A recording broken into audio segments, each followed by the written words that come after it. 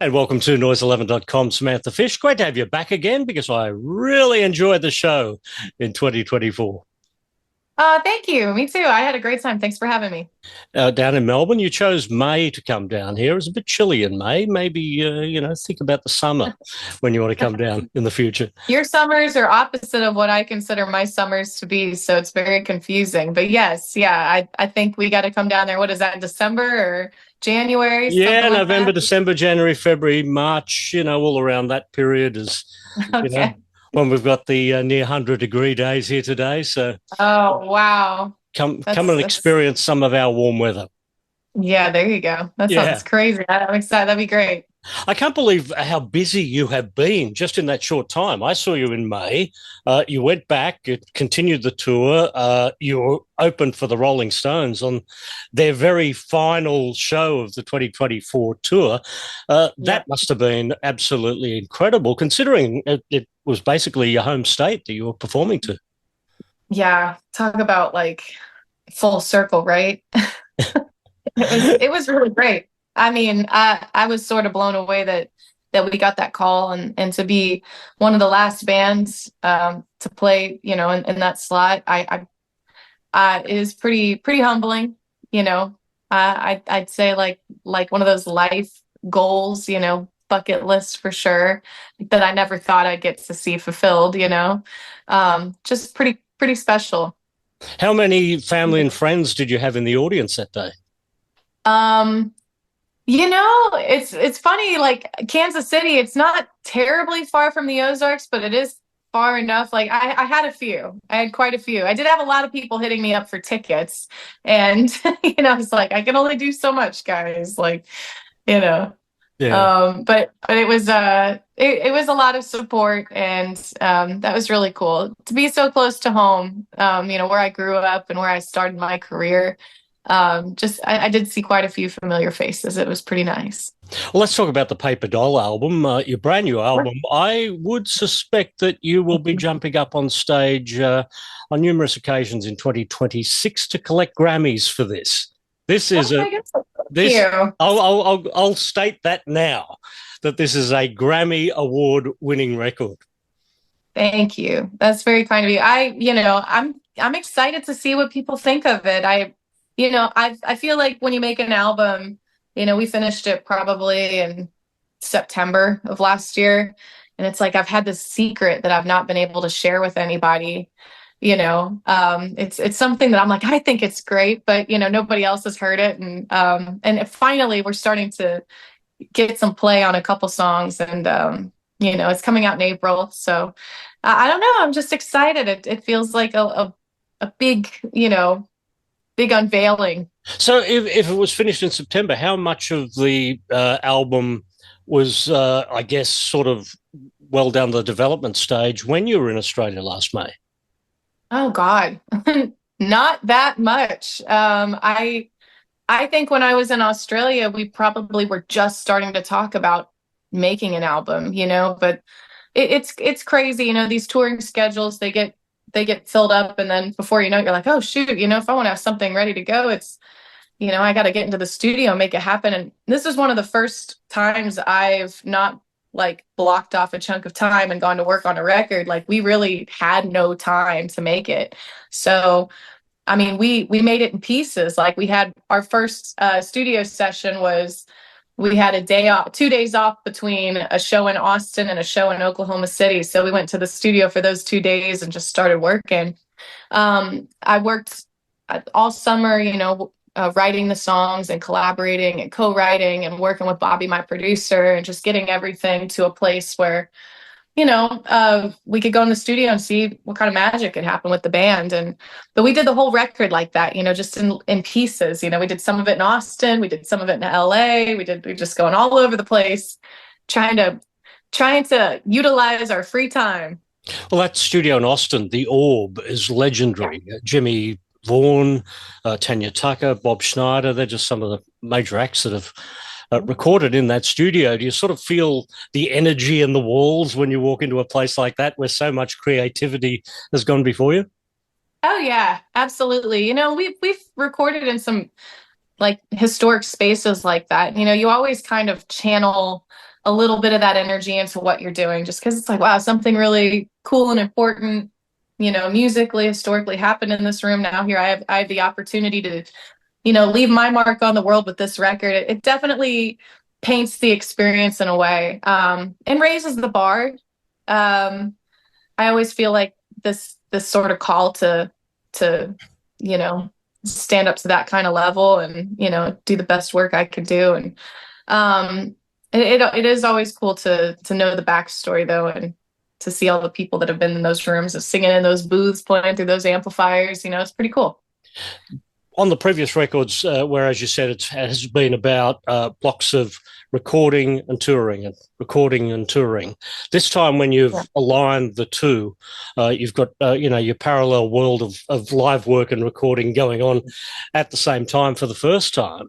That when I listen to the songs, seems to have had a very positive effect on the songs. This album sounds like it was made to be performed live.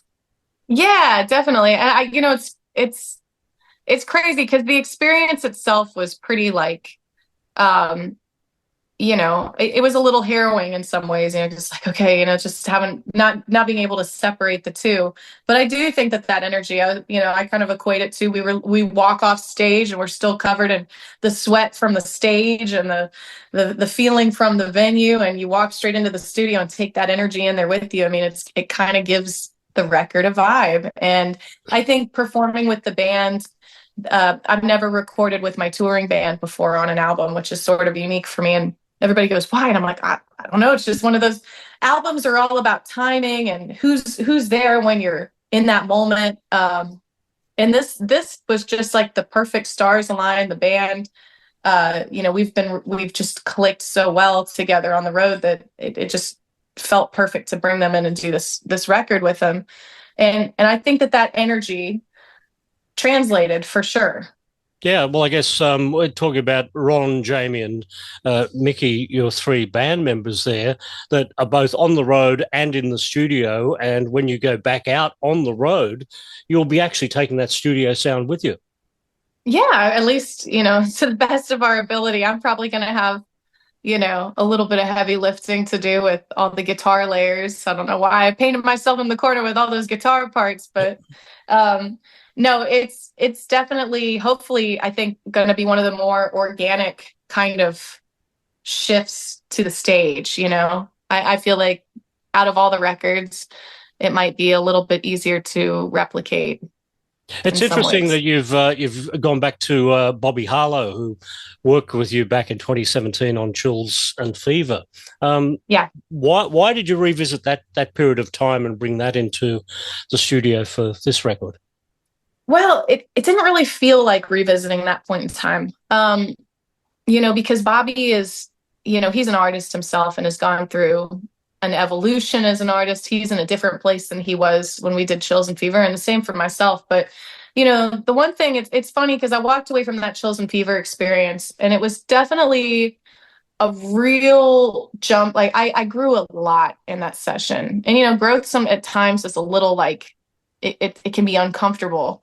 And I think that it took me years to kind of recognize how that growth then affected how I approached records and writing. And it was really something pivot, like just like one of those albums that changed the course of my artistry. And Bobby and I didn't set out to make this record together, but we definitely, we reconnected in March of last year. He came out to a show I played in Detroit at the St. Andrews Hall. And he dug where the band was at. And it was, it's totally different than the Chills and Fever vibe, but he really liked how the band played. He liked the songs that we were doing. He was like completely into it. And I said, well, we should co-write some songs because I've always been a fan of Bobby's writing. He was in this great band called The Go. He wrote some demos that I performed a few years ago that I really enjoyed. So I don't know. We just started writing. And then when it came time to talk about producers, he was so invested in the songs that we were writing and like really, kind of had developed a vision of his own for what he thought the next record should be. And I'm like, well, you already have an idea of what you think it should be. And I have an idea. So let's just work together on it. And it just was like the right time, right place kind of a situation. Lyrically, it's a very take no shit album, isn't it? Yeah, There's a lot of confidence in the lyrics in this record. totally. I mean, that's it. It's just the kind of confidence you get after years and years of, taking shit and then saying, I'm not going to take shit anymore. So, it's part of the growing experience. Do you have a group of artists from the past who you revisit before you go into the studio and sort of use as a benchmark for a certain quality that you want to achieve when you make a new record? Yeah, I guess so. But maybe not as an overall picture, because I feel like that would define a record too much. For instance, when we were recording the backing vocalists, I immediately thought of like the Stones, Let It Loose, Exile on Main Street, just how emotive and powerful those backing vocalists were and that whole part, and just like really how beautifully it was mixed. And a lot of that has to do with just the time period and the technology, so I'll pull in like little influences like that. Like when I was writing the record, a lot of the songs started with a North Hill Country type of a riff, like Fortune Teller, totally Junior Kimbrough inspired. Same with Southern Sounds, and Arl Burnside. Just kind of these North Mississippi heroes that I've always returned to for inspiration. There's a deep well of, just inspiration in that music for me. But as far as like an overall sound for the record, I mean, I channel certain like performers, on certain songs. It's like I want to feel like Stevie Wonder here. I want to feel like Aretha, and I'll channel certain things. It's like this song is a rock song. I want to make like a garage rock, punk edge song here. So who am I going to channel for that? But it's a little all over the map. It's just different artists that I like and love, and then it's filtered through this thing, or this vessel that I have, and then that's what it is.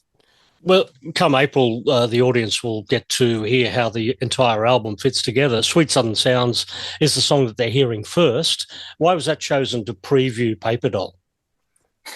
I mean, I think, the record label loved that song. That's always a good way to lead. No, but that song, it sort of encompasses, for me, it's rooted in the blues, and then it goes in this direction, and it becomes, it kind of goes into another place, but for me, that song it's just beautiful. And it kind of has certain elements of what this record is. There's an exploration that happens with the guitar that I don't think I've ever done on a record. Usually you try to keep things kind of like 2.5 minutes, radio friendly, but we really kind of dug our heels in and took some chances to stretch out. I was a little surprised, to be honest, that was the first song, just because it is a little bit longer. But I think that it's one of those songs that you couldn't cut a piece out of it, because it all fits together. It all tells a story. And I don't know. I think it just sort of grounds you into this place of like, this is what you have, what's to come, It's hard to pick those lead-off songs, man. You have Mick Collins working on the track Rusty Razor, which gives you the opportunity to have dueling vocals on this record. Was there a bit of a playoff going on in the studio with that? Yeah, I mean, I wish I would have been in the studio when Mick cut his part. He was in New York. We were in LA. And it's funny because we recorded the song, and Bobby, for days, was just going like, I hear a vocalist on this song. I hear a male vocalist. Who is it? Who is it? And he was kind of like, doing his imitation of what Mick ended up doing. But eventually he goes, it's Mick Collins from the Corys. What? He's like, that's who I'm hearing. That's who I want to get. And like, just, he's so funny, because when Bobby wants to have something done and he wants to reach somebody, he will do it. And I'm really grateful that Mick lent his wonderful talents to this, because to me now it's like my favorite song on the record. It's got so much attitude. It sort of roots it in this Detroit garage, rock sound, and pays homage to Bobby, because that's where he's from. And like, I think all of us were just really excited that Mick was able to do that on the song. 9 new songs means there's going to be some sacrifices to the set list moving forward. Thank God. or you'll just extend the show by 45 minutes. So, Yeah. yeah. Have you thought about that? Songs that, won't make the next tour that you've probably been playing Yeah. for quite some time? I mean, ideally, you add these songs in, it changes the show. I want to create a show that, like, maybe we'll bring in some new covers too, along with, you know, some of the new original material. I feel like it's an opportunity to create a new experience for our people that come buy tickets to see us. And it's like, if I really love doing that. I love trying to up the ante every time people come to the show. Um, there will be songs that don't get played every night, but the idea is that we still know the song. Hopefully, we can just kind of change up the set list a little bit more. Mm.